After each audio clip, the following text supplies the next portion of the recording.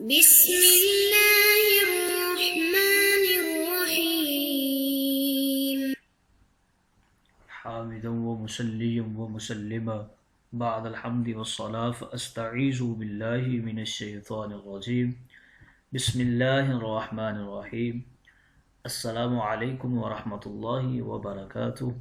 عزیز طلبہ کرام، امید کرتا ہوں احباب خیر سے ہوں گے۔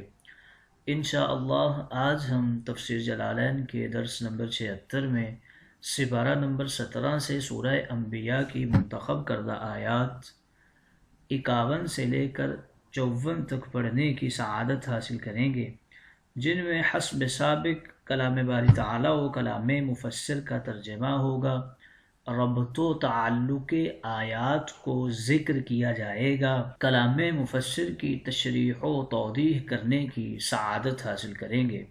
آئیے طلبہ کرام بلا تاخیر بڑھتے ہیں اپنے آج کے درس کی طرف۔ رب تعالی نے ارشاد فرمایا، بسم اللہ الرحمن الرحیم، وَلَقَدْ آتَيْنَا إِبْرَاهِيمَ رُشْدَهُ مِنْ قَبْلُ وَكُنَّا بِهِ عَالِمِينَ۔ آئیے طلبہ کرام سب سے پہلے ان آیات کا ماقبل آیات کے ساتھ ربط اور تعلق جان لیتے ہیں۔ ان آیات کا پچھلی آیات کے ساتھ پہلا تعلق مفسرین کرام کچھ یوں بیان فرماتے ہیں کہ پچھلی آیات میں حضرت موسیٰ و ہارون کو فرقان دینے کا ذکر ہوا۔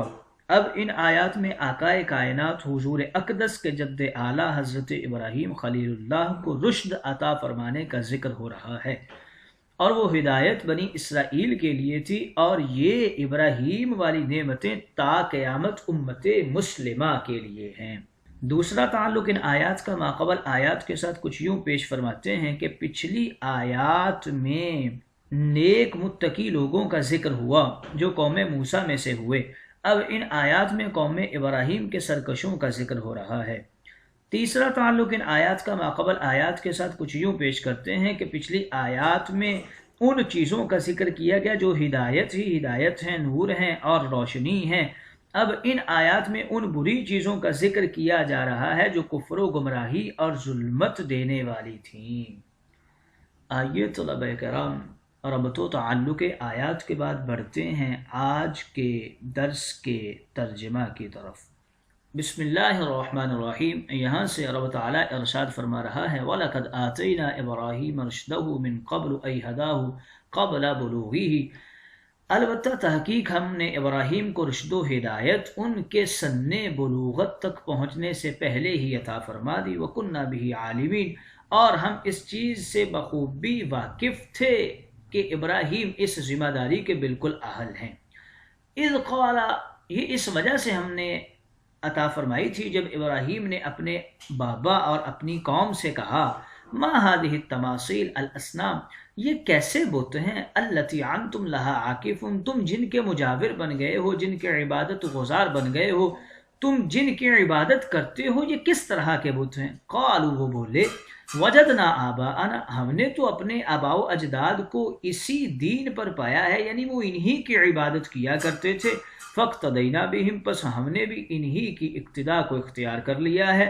قال، بولے ابراہیم اپنی قوم سے اور اپنے ابا سے، لقد کنتم انتم وآباؤکم بعبادتها فی ضلال مبین بین، البتہ تحقیق تم اور تمہارے آباء و اجداد ان بتوں کی عبادتوں کے بسبب کھلی گمراہی میں ہیں۔ آئیے طلبہ کرام ترجمہ کے بعد بڑھتے ہیں آج کے درس کی تشریح و توضیح کی طرف۔ بسم اللہ الرحمن الرحیم، یہاں سے رب تعالیٰ ارشاد فرما رہا ہے، البتہ بے شک ہم نے ابراہیم کو رشد و ہدایت ان کے سن بلوغت سے پہنچنے سے قبل ہی عطا فرما دی تھی، اور ہم یہ جو عطا کرتے ہیں وہ بلا استحقاق نہیں ہوتی، ہم جس کو جو بھی دیتے ہیں، جو بھی بناتے ہیں، وہ ہماری عین حکمت کے مطابق ہی ہوتا ہے۔ لفظ رشد اپنے 3 تلفظ کے ساتھ قرآن مقدس میں 10 بار ارشاد ہوا ہے اور تقریباً 12 معانی میں مستعمل ہے۔ 3 تلفظ اس طرح ہیں، رشدن، راشدن اور راشدہ۔ سورہ بقرہ میں یہ درستی کے معنی میں ہے، سورہ اعراف میں سیدھے راستہ کے معنی میں ہے، اور سورہ نساء میں قابلیت کے معنی میں ہے، سورہ جن کے اندر ہدایت کے معنی میں ہے، سورہ کہف میں آسانی کے معنی میں ہے، اور سورہ جن کے اندر بلائی کے معنی میں ہے اور کامیابی کے معنی میں ہے، اور یہ نفع کے معنی میں بھی ہے۔ اہل تحقیق کے نزدیک رشد ایک جامع خزانہ ہے جو اللہ اپنے ہر نبی کو عطا فرماتا ہے، مگر اظہار کسی خاص کے لیے ہوتا ہے۔ ہر نبی علیہ السلام نے اپنے اپنے رشد کا باذن اللہ اپنے اپنے وقت کے مطابق اظہار فرمایا۔ چنانچہ حضرت آدم نے بوقت توبہ، حضرت عیسیٰ نے بوقت شیر خارگی، آغوش مادر میں، کسی نے جوانی میں، کسی نے بڑھاپے میں۔ حضرت ابراہیم نے اپنی رشدیت کا اظہار اپنی 5 سالہ عمر میں فرما دیا تھا۔ آپ نے پہلی بار بچپنے کے غار سے نکل کر ستاروں اور ان کے پجاریوں کو دیکھا اور دیکھتے ہی فرما دیا، کیا یہ ڈوبتے، ابھرتے، مٹتے، نکلتے، بجھتے، چمکتے میرے رب ہو سکتے ہیں؟ لا احب الآفلین، میں ان ڈوبنے والوں کو پسند نہیں کرتا۔ تو آپ نے گویا اپنی رشد و ہدایت کا اظہار فرما دیا تھا۔ اسی اظہار کی وجہ سے رب تعالیٰ نے فرمایا وَكُنَّا بِهِ عَالِمِينَ، ہم بہت اچھے سے جاننے والے تھے کہ ابراہیم اس رشد و ہدایت کے اہل ہیں، اس ذمہ داری کو اٹھا سکتے ہیں۔ قرآن مقدس کے اندر حضرت ابراہیم علیہ السلام کا نام تقریباً 70 بار مختلف آیات میں ذکر ہوا ہے، جن میں آپ کے مختلف اوصاف، عادات، اقوال اور اعمال بیان فرمائے گئے ہیں۔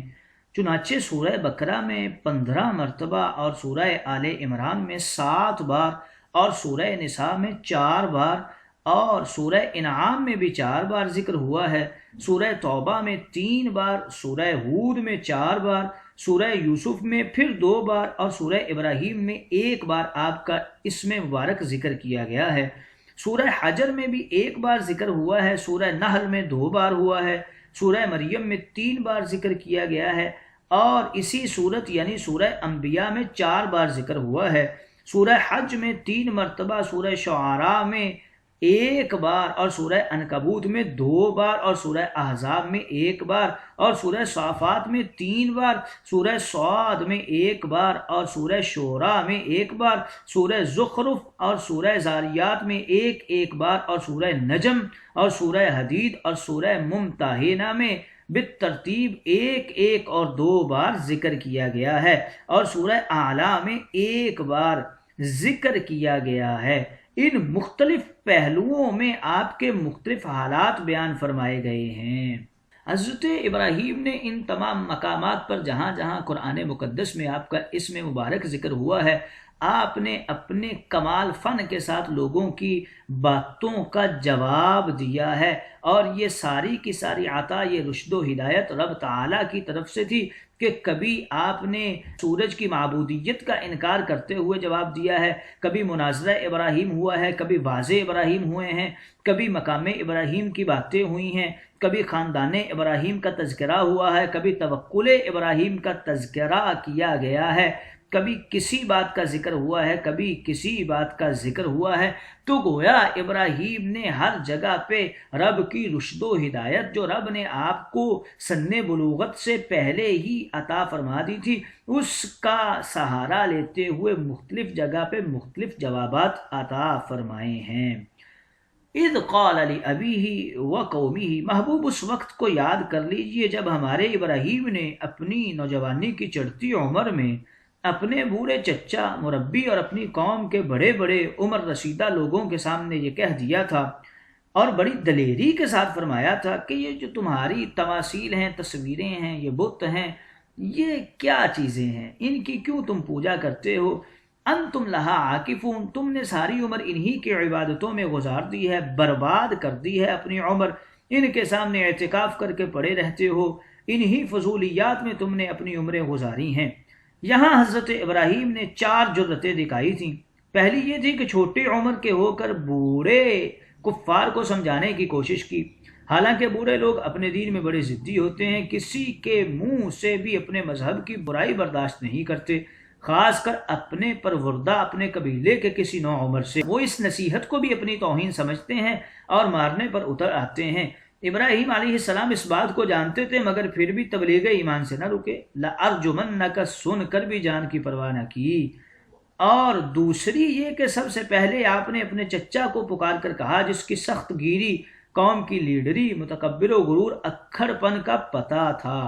تیسری جرأت یہ فرمائی کہ بتوں کو ان کے الہ نہ کہا بلکہ تماثیل جیسا حقیر لفظ استعمال کیا۔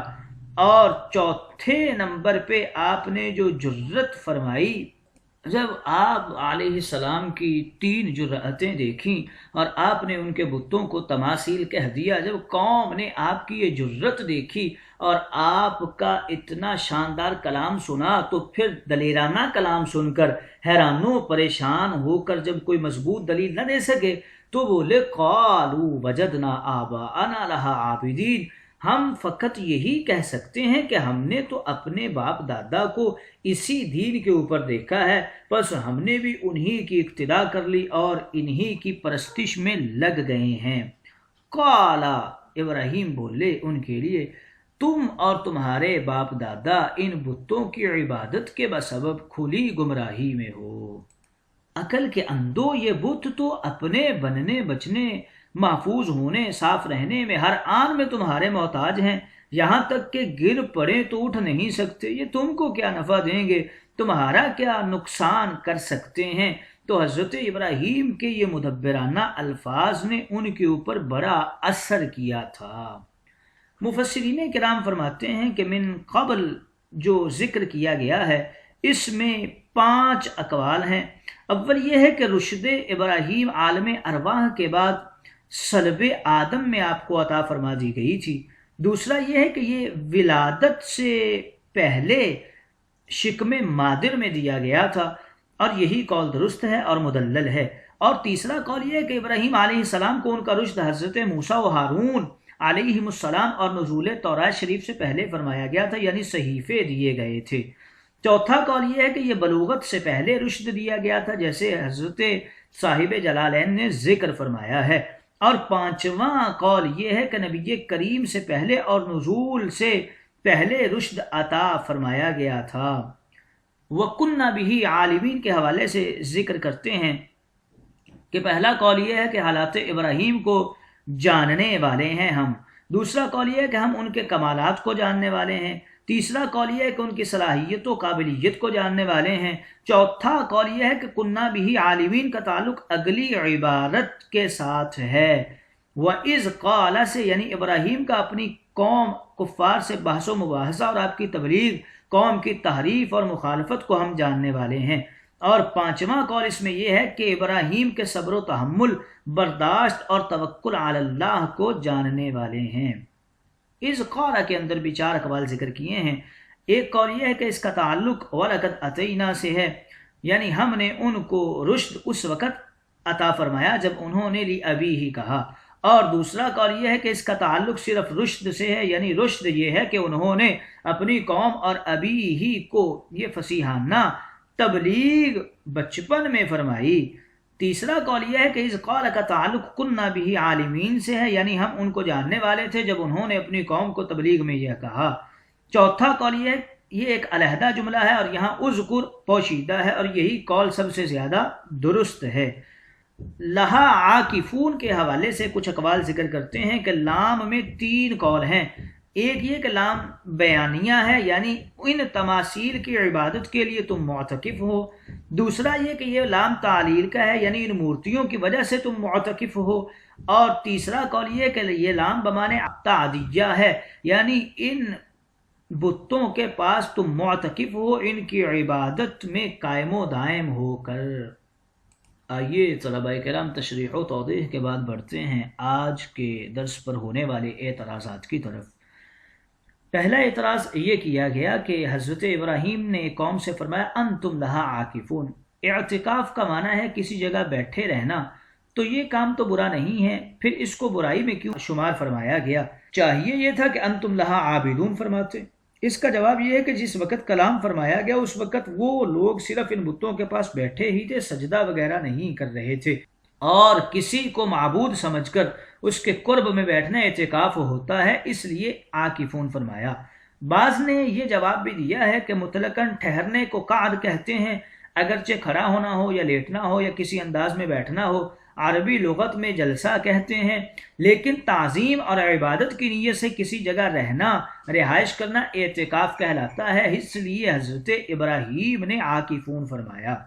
دوسرا اعتراض یہ ذکر کرتے ہیں کہ آیا گیا کننا بہ عالمین، کہا جانا چاہیے تھا کننا بہ خالقین، اس لیے کہ عالمین کہنے میں اشارتاً یہ بات ذہن میں آتی ہے کہ اللہ تعالیٰ اپنے علم بصیرت یا نظر بصیرت سے صرف جانتا ہے، حالانکہ رب تعالیٰ تو ہر چیز کو بنانے والا، پیدا کرنے والا ہے، جسم کو بھی اور جسم کی عقلیت و قابلیت اور لیاقت کو بھی۔ تو کننا بھی خالقین کہہ دیتے تو زیادہ بہتر ہو جاتا۔ اس کے کچھ جواب دینے کی کوشش کرتے ہیں کہ ایک تو یہاں پر عالمین میں حصر ہے، اس لیے کہ یہ خالقین کے معنی میں ہی ہے، چونکہ ابراہیم کو بنانے پیدا کرنے والے ہم ہی ہیں، اس لیے ہم ہی اسے جاننے والے ہیں، اور ان کی قابلیت ظرفیہ کیا ہے اور کیا چیز ان کو دی جا سکتی ہے، کیا چیز کو یہ برداشت کر سکتے ہیں۔ دوسرا جواب اس کا یہ دیتے ہیں کہ عالمین بمانے فاہمین ہے، یعنی ہم ہی اس بات کو سمجھنے والے ہیں کہ یہ ہمارا بندہ ابراہیم رشد و نبوت کے باری بوجھ اور ذمہ داری کو سنبھالنے نبھانے کے لائق ہے۔